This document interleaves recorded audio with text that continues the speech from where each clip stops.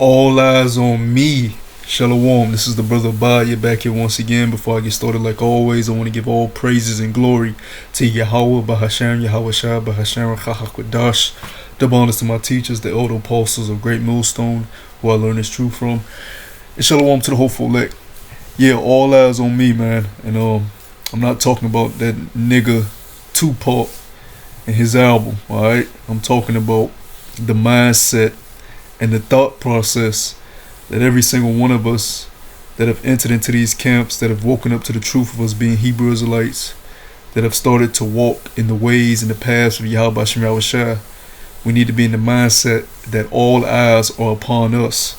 Alright? A lot of times we we get hype about the angels coming to save us, and brothers may see chariots every now and then in the skies. The scriptures say, look up, your redemption draweth nigh, and you'll scream and shout, Kwam Yasha Allah, Yahweh Shem Yahweh Shai Barakatah, when you see the chariots, because the angels are up there. And we was talking about this at camp, but I want to further elaborate on this. The angels aren't just for salvation, they're for destruction also. And the angels are watching you, all right? I'm going to take a word that I heard from, I believe Elder Yashawamba said this. They're like your supervisors, okay? All right, they're not just riding by every now and then when you're at camp. They're watching you when you sleep. They're watching you when you're eating breakfast. They're watching you when you're at work, all right? The eyes of the Lord, matter of fact, let me get it, man. Let me just get it.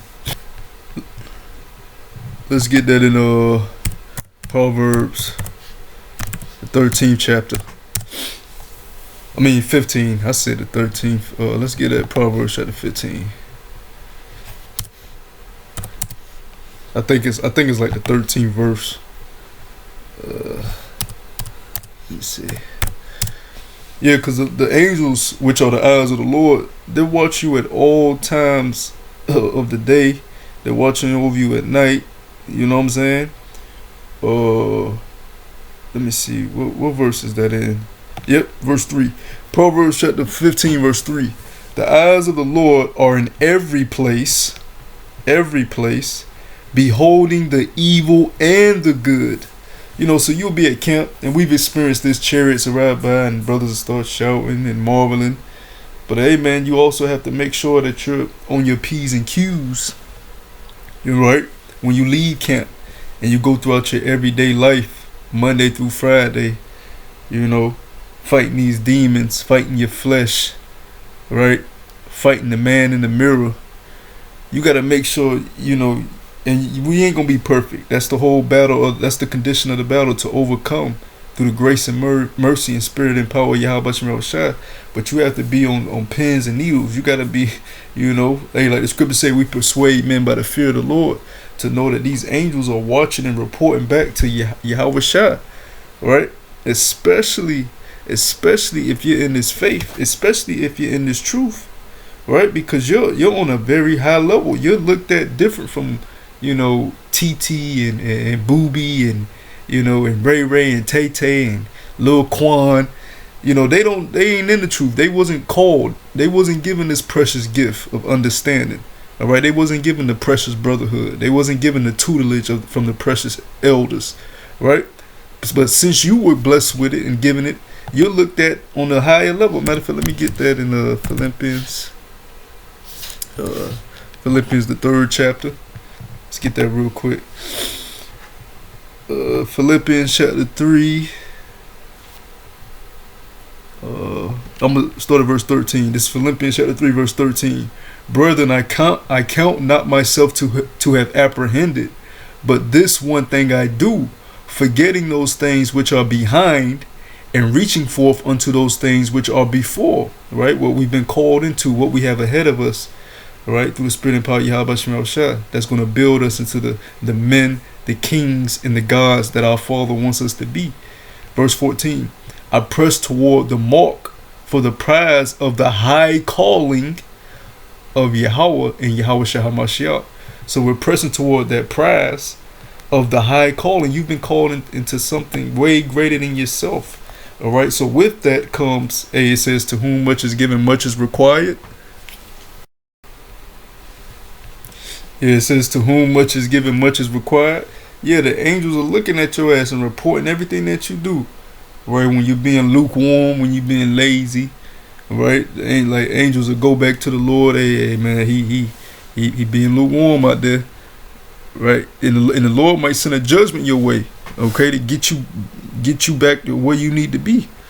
And it might not be an easy judgment, or it might not be a short judgment. It may be prolonged, right? And the Lord doesn't have to have a reason to put you through trials and tribulations. He can just do it, all right, because he wants to, and we're indebted to him anyways. We're all worthy of death.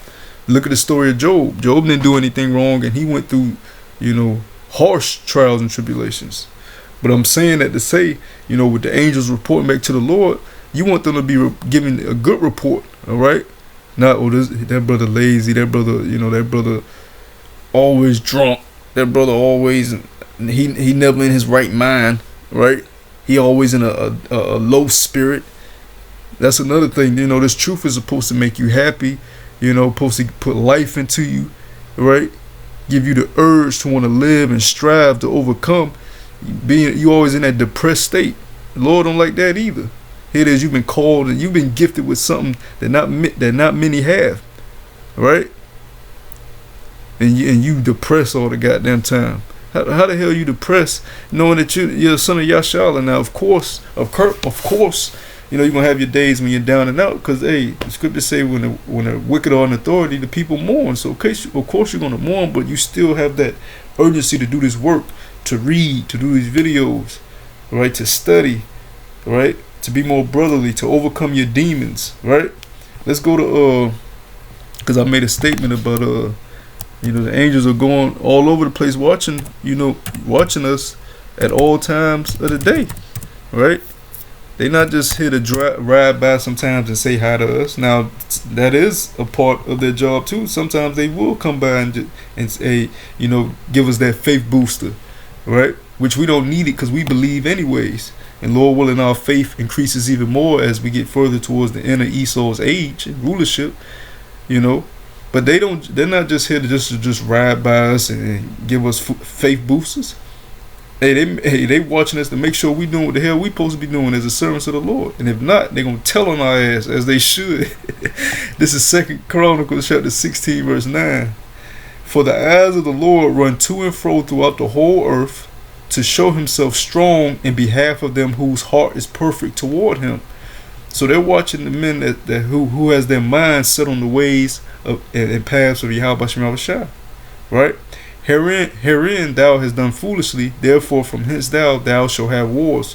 But the point here is, the eyes of the Lord, was all those chariots, the angels in those chariots, they go to and forth throughout the earth, observing not just us, but everybody and everyone. Why do you think these people are going to get the judgment they're going to receive? All right, their wickedness has been beholden of the angels, the eyes of the Lord, their homosexuality, their adultery, being completely out of order.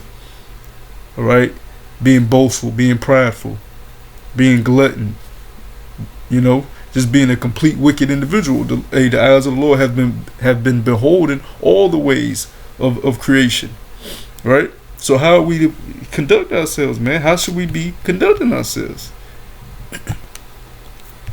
Let's get how we're supposed to be conducting ourselves over in the what is that, in the book of 2 Peter?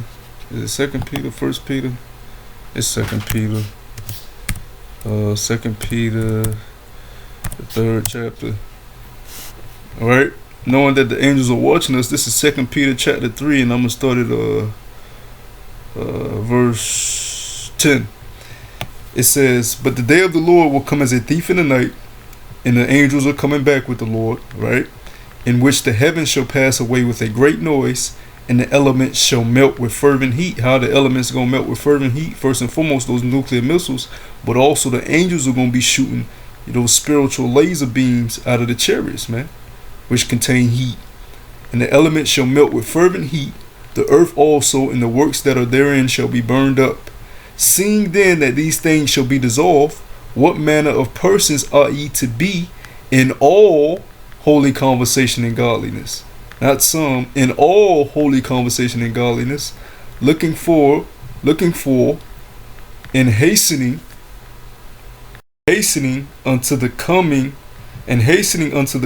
of the day of Yahweh, wherein the heavens being on fire shall be dissolved, and the elements shall melt with fervent heat. So we should be conducting ourselves as a humble, meek, all right, the fruits of the spirit, all right, charitable, loving the brothers, right, being sincere, being diligent, being on fire, not lukewarm, not cold. The Lord said he'll rather you be cold or hot, but since you are neither, he gonna spew out his mouth. You want to be hot for the Lord. You want to have the fruits of the spirit of a righteous servant of the Lord. But see, some guys, they'll only do things, when the elders tell them to do it, or when the heads of the camp tell you to do it, all right, or when a brother get on you. But really, you should be fearing the Lord, because he got the angels watching you all the time. So you just gonna wait until a brother get on you to do what you know you need to be doing. But yet the angels will watch you just putting it off, and not giving a fuck about it. Meanwhile, you got time to call that nappy-headed stink hoe that done slept with who knows how many men and don't give a fuck about you. She has no sincerity towards you. Meanwhile, you rather go to a bar, spend all your time at the bar, right? Meanwhile, you rather be indulged in sports all the goddamn time and hanging out with your friends in the world, and right, putting worldly things and insignificant things before the Lord and the truth, man. Before you handle your business as a servant of the Lord. And the angels are seeing all that and recording all that, man. Right? And if you don't have the feeling you of that, hey, more than likely you ain't a servant of the Lord and you ain't gonna make it, man. Right? Let's get a couple of scriptures to continue to back up this tone of this lesson. All right? Before we wrap it up, this is Psalm chapter 139, verse 2, straight to the point. Thou knowest my down sitting, right? When I'm sitting on my ass, when I'm lounging, right? When I'm resting, when I ain't doing much. Thou knowest my down sitting and mine uprising, all right? When I'm on the move, when I'm working, when I'm putting my hand to the plow, when I'm doing something, right? When I'm laboring. Thou knowest my down sitting and mine uprising. Thou understandest my thought afar off, right? So the Lord knows exactly what you thinking, how you thinking about it, when you thinking about it, right? Before it even comes to your mind. He is your creator, man. Right? Let's get another one. Let's get another quick hit. All right, rapid fire. Proverbs chapter 5. And let's go down to the point in verse 21. For the ways of man are before the eyes of the Lord, and he pondereth all his goings. Right? For the ways of man are before the eyes of the Lord, and he pondereth all, not some, all, when you're on the highways and byways, all. And he pondereth all his goings. His own iniquity shall take the wicked himself, and he shall be holden with the cords of his sins. He shall die without instruction, and in the greatness of his folly shall he go astray. And like the Lord said, everybody's gonna be rewarded according to their works. And you better pray that your righteous deeds outweigh your wicked ones in the Lord's eyes, because the Lord is going to show mercy to whom he wants to show mercy, according to Romans. All right, it ain't about who willeth, it ain't about who runneth, it's about the election. All right, so you better pray the Lord be pleased with your offering, man, this sacrifice that we're supposed to be giving up during this grace period that we've been given, man. And matter of fact, I have the perfect scripture to end this off with. This will be a friendly reminder, if you want to call it that. This will be a friendly reminder of what the angels are capable of when it's time for them to wax that ass. This is the book of 1 Chronicles, chapter 21. And let's go down to when the Lord gave the angel the task of putting some of these wicked people to death. Let me see. Yep, okay. Let's start at verse 14. So the Lord Yahweh sent pestilence upon Israel, and there fell of Israel 70,000 men. Right?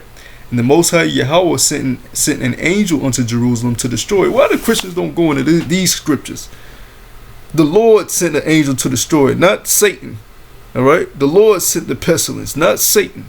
The Lord sends good and he does evil. He's balanced. He's in control of it all. All right, our Lord is a balanced power. All right, He's in control of the good and the evil, the light and the darkness. He's not in a false balance. He says a false balance is an abomination unto Him. Right, so let's read that again. So the Lord Yahweh sent pestilence upon Israel, and there fell of Israel 70,000 men. And the Most High Yahweh sent an angel unto Israel, unto Jerusalem to destroy it. Yeah, these ain't these white Edomite baby angels that Esau then propagated throughout the earth with a diaper on and wings.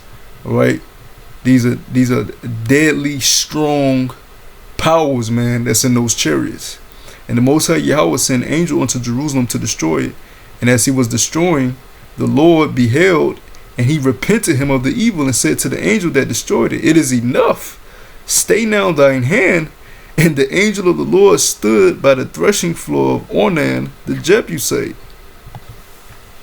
So the angel was killing so many wicked jakes. Hey, that the Lord said, hey, it's enough, you know.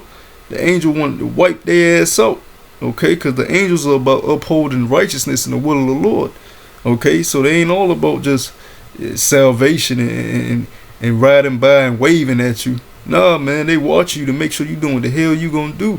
They might be looking at you like, nigga, we gonna blow your ass to smithereens soon as the Lord give us the go ahead. You don't know why the angels riding past you. So, you know, they might hate your ass, man. You know, that's the type of fear you gotta put on yourself, man. Have on yourself and learn to grow in that fear of the Lord, man. So yeah, all eyes on me, all eyes on you, right? They watching, man. I hope this was edifying. Till the next time I say shalom.